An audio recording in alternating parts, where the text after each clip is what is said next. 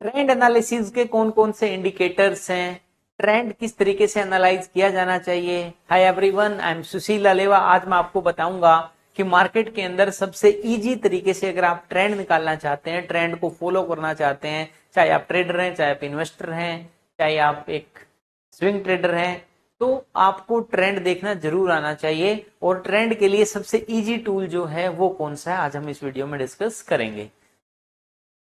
Trend analysis के लिए सबसे जो इजी टूल है और सबसे इफेक्टिव है, हर इंडिकेटर के बीच का एक साल्ट की तरह है। जैसे हर वेजिटेबल में साल्ट होता है, ऐसे ही moving average, it means rolling average भी कुछ लोग इसको कहते हैं, रनिंग एवरेज भी कुछ लोग इसको कहते हैं। मूविंग एवरेज एक बहुत अच्छा इंडिकेटर का काम करता है। तो इस वीडियो में हम डिस्कस करेंगे मूविंग एवरेज क्या है, मूविंग एवरेज कितने टाइप्स की होती है, मूविंग एवरेज को कैसे यूज करना चाहिए। ये सारे क्वेश्चंस आपके दिमाग में होंगे, इन क्वेश्चंस का आंसर हम लोग देंगे। आराम से चलते हैं, धीरे धीरे समझते हैं और आगे बढ़ते हैं। तो इन स्टैटिक्स मूविंग एवरेज का मीनिंग है how much the speed of the stock moving in the market. किस स्पीड पे जो है ये चल रहा है। आपकी गाड़ी, आप दिल्ली टू जयपुर जा रहे हैं, 250 किलोमीटर है यहाँ से। अब आप देखेंगे 50 किलोमीटर पर आवर्स की स्पीड से आप चल रहे हैं, तो 5 घंटे के अंदर आप जयपुर पहुंच जाएंगे। बट कभी 50 की स्पीड हुई, कभी 100 की हुई, कभी 120 की हुई, कभी 20 की भी हुई। तो एक एवरेज स्पीड जो निकल के आती है उसको हम मूविंग एवरेज बोलते हैं। इट मीन्स कि रोलिंग एवरेज की एक एवरेज स्पीड क्या निकली है। अब इसके अकॉर्डिंग अगर हम देखें, so there are two kind of the moving average. एक को हम बोलते हैं सिंपल मूविंग एवरेज और दूसरे को हम बोलते हैं एक्सपोनेंशियल मूविंग एवरेज। तो there are two kind of the moving average, एक एसएमए सिंपल मूविंग एवरेज और दूसरा ईएमए। जो सिंपल मूविंग एवरेज है ये लॉन्ग टर्म के लिए अच्छी है और यू कैन से ये इन्वेस्टर के लिए अच्छी है। जो एक्सपोनेंशियल मूविंग एवरेज है ये शॉर्ट टर्म के लिए अच्छी है और ये ट्रेडर के लिए अच्छी है और ये स्विंग ट्रेडर के लिए अच्छी है। तो दो तरीके की मूविंग एवरेज हो गई। अब आपको कौन सी मूविंग एवरेज शूट करेगी डिपेंड करेगा आप एग्रेसिव हैं कि आप कंजर्वेटिव हैं। अगर आप एग्रेसिव हैं तो ईएम में डेफिनेटली शूट करेगी, और अगर आप कंजर्वेटिव हैं तो आपको सिंपल मूविंग एवरेज शूट करेगी। अब क्वेश्चन ये है कि इन दोनों में डिफरेंस क्या है। जैसे एक सिंपल इंटरेस्ट और कंपाउंडिंग इंटरेस्ट में डिफरेंस है, ऐसे ही इन दोनों में डिफरेंस है। सिंपल मूविंग एवरेज सिर्फ एक average closing price of the stock है, या फिर कोई भी डाटा जो भी आपने लिया है उसका क्लोजिंग प्राइस के बेसिस पे होता है, हाई लो को कैटर नहीं करता। बट एक्सपोनेंशियल मूविंग एवरेज में पहले सिंपल मूविंग एवरेज निकालेंगे, फिर फॉर्मूला लगाएंगे। अब देखिए, जब भी हम टेक्निकल सीखेंगे तो इसके दो पहलू होंगे, कैलकुलेशन होगा, एक इंटरप्रिटेशन होगा। कैलकुलेशन अगर हम करने बैठेंगे तो ये मैथमेटिक्स की क्लास बन जाएगी। हम नहीं चाहते कि हम मैथ पढ़ाएं, क्योंकि कंप्यूटर हमारे से फास्ट कैलकुलेशन कर रहा है थैंक्स टू द आईटी। हमें कैलकुलेटेड की हुई चीजें मिलेंगी, डाटा मिलेगा, हमें सिर्फ उसको इंटरप्रेट करना है। जैसे बॉडी के अंदर कितना हीमोग्लोबिन होना चाहिए सबको पता है कि अगर 8 से नीचे हुआ तो प्रॉब्लम हो जाएगी, और 17 के ऊपर हुआ तो भी प्रॉब्लम हो जाएगी। लेकिन वो काउंट कैसे होता है इसके पीछे हम दिमाग नहीं लगाते। सेम यहां करना है, कैलकुलेशन को जितना हो सके उतना कम कीजिए, इंटरप्रिटेशन पे फोकस कीजिए। थोड़ा आगे चलते हैं। टाइप्स ऑफ मूविंग एवरेज हमने देखा। अब मूविंग एवरेज के यूज क्या क्या होंगे। मूविंग एवरेज का जो सबसे पहला यूज है कि मूविंग एवरेज आपको ट्रेंड बताएगी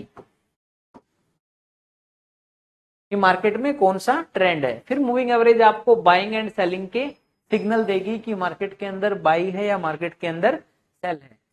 और थर्ड वन, मूविंग एवरेज आपको सपोर्ट एंड रेजिस्टेंस भी बताएगी कि मार्केट के अंदर कहां पे सपोर्ट है। सपोर्ट का मतलब यहां पे एक डिमांड जोन हुआ, और रेजिस्टेंस का मतलब एक सप्लाई जोन हुआ। और मोस्टली मूविंग एवरेज के जो रिजल्ट्स हैं वो बहुत ही उम्मीदा होते हैं, बहुत ही अच्छे होते हैं। तो गाइज, ये मूविंग एवरेज के यूसेज हैं जो आप इजिली कर सकते हैं। अब देखिए, सिंपल मूविंग एवरेज से हम शुरू करेंगे, क्योंकि सिंपल मूविंग एवरेज एक बड़ी अच्छी मूविंग एवरेज है और ये एक इन्वेस्टर के लिए सबसे ज्यादा काम आती है। और शुरू में तो हर कोई पर्सन इन्वेस्टर बन के ही मार्केट में आता है, फिर उसको थोड़ा सा प्रॉफिट मिलता है तो वो ट्रेडर बन जाता है और वो रुकता भी है। बट अगर कोई शुरू से ही ट्रेडर बन के आए तो उसकी लाइफ बहुत कम होती है। इसलिए पहले इन्वेस्टर बने, उस पैसे से कुछ पैसा कमाएं, उस पैसे का रिस्क लें और मार्केट में बने रहिए। तो ये हम एग्जाम्पल के तौर पे इसको छोड़ देते हैं और हम चाहते हैं कि हम लाइव मार्केट में हम यहाँ पे काम करें। तो हम यहाँ पे ट्रेडिंग व्यू है जो डायरेक्ट खोल लेते हैं। I hope everyone know about the trading view की ट्रेडिंग व्यू क्या है। ट्रेडिंग व्यू की वेबसाइट हम लोग खोल लेते हैं। आपका कोई भी फेवरेट स्टॉक या कोई भी प्रोडक्ट आप लगा लीजिए। जैसे मैंने यहाँ पे एचडीएफसी बैंक को लगा लिया। एचडीएफसी बैंक का चार्ट मैंने लॉन्च किया और जो एग्जिस्टिंग इंडिकेटर्स है मैं एक बार इन सबको हटा रहा हूं सो दैट आप लोग सही से समझें मार्केट में क्या चल रहा है। अभी मेरे सामने सिर्फ एचडीएफसी बैंक का एक चार्ट है और ये वॉल्यूम लगा है, वॉल्यूम को मैंने हटा दिया। मुझे सिंपल मूविंग एवरेज और एक्सपोनेंशियल मूविंग एवरेज दोनों का मुझे देखना है कि किसका रिजल्ट अच्छा है किसका नहीं है, बट सबसे पहले हम सिंपल की बात कर रहे हैं। तो सिंपल मूविंग एवरेज में बड़े अच्छे कॉम्बिनेशन चलते हैं और कौन कौन से चलते हैं, वो चलते हैं 20, 50, 100 एंड 200। इट मीन्स 20 डेज की मूविंग एवरेज आप लगा सकते हो, 50 डेज की, 100 डेज की एंड 200 डेज की। 20, 50, 100, 200 ये सारी मूविंग एवरेज लगाने के बाद आपको क्या करना है, आपको स्टॉक का ट्रेंड समझ में आ जाएगा, सपोर्ट रेजिस्टेंस समझ में आ जाएगी। तो थोड़ा सा टाइम की सेविंग करते हुए हम यहाँ पे देखते हैं कि क्या हमने एडवांस में कहीं ना कहीं पे सारी की सारी मूविंग एवरेज लगा रखी है। हाँ जी, हमने लगा रखी है 20, 50, 100, 200। तो ये देखिए यहाँ पे हमने मूविंग एवरेज लगाई हुई है। मैं एक एक करके उतारूंगा सारी मूविंग एवरेज सो दैट आपको अच्छा लगेगा, हमारा थोड़ा टाइम सेव होगा। सबसे पहले मैं यहाँ 20 डेज की मूविंग एवरेज को एक्टिव कर देता हूं जो ब्लैक कलर की है।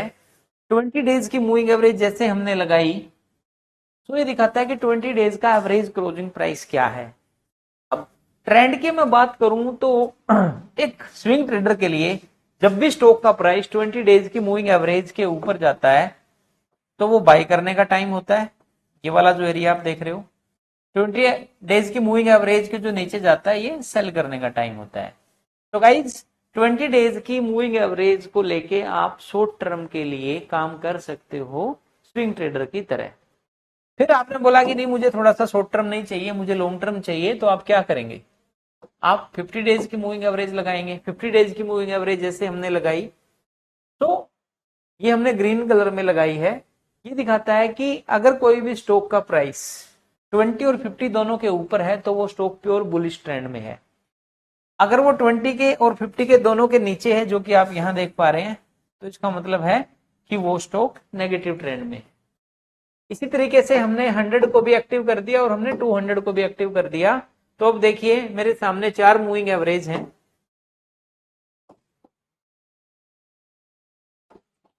सबसे जो अब देखिए मैं यहां पे लिख देता हूं, ये 20 डेज की मूविंग एवरेज है, ये 50 की है, ये 100 की है, ये 200 की है।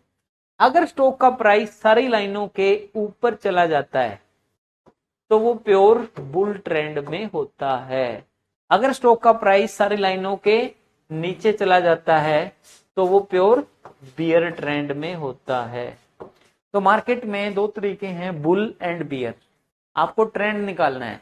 अगर कोई भी स्टॉक बुल ट्रेंड में है तो उसमें बुलिश ही ट्रेड करना और बियर में है तो उसमें बियर ही ट्रेड करना। अगर बुल में है तो बाई ऑन एवरी लो आपको यूज करना है और अगर बियर ट्रेंड में है सेल ऑन राइज की स्ट्रेटजी आपको यूज करनी है। तो बुल एंड बियर हमने यहाँ पे देखा, ट्रेंड हमने देखा, यहाँ पे हमने देखा कि अब एंट्री और एग्जिट कब लेना उसकी हम बात करें। अगर स्टॉक का प्राइस 20 डेज की मूविंग एवरेज के ऊपर जाता है और 20 डेज की मूविंग एवरेज हमारी यहाँ पे कौन सी है, ब्लैक वाली, तो हम यहाँ पे स्टॉक के अंदर एंट्री ले लेंगे। यहाँ बड़ा सिंपल है, देखिए बड़े ध्यान से देखिए। स्टॉक का प्राइस 20 डेज की मूविंग एवरेज के जैसे ही ऊपर गया उस टाइम स्टॉक का जो प्राइस था अप्रोक्सीमेट 1680 रुपए चल रहा था। ये लेटेस्ट बातें हैं, मार्च के बाद की हैं, 2025 की मैं यहाँ पे बात कर रहा हूँ। 1680 के बाद स्टॉक ने एक रैली दी अपनी। अब देखिए बीच में आप कहेंगे कि एक बार नीचे आया था फिर वापस ऊपर चला गया, तो एक बार पोजीशन आपने काट भी दी, दोबारा से आपने फिर एंट्री कर लिया।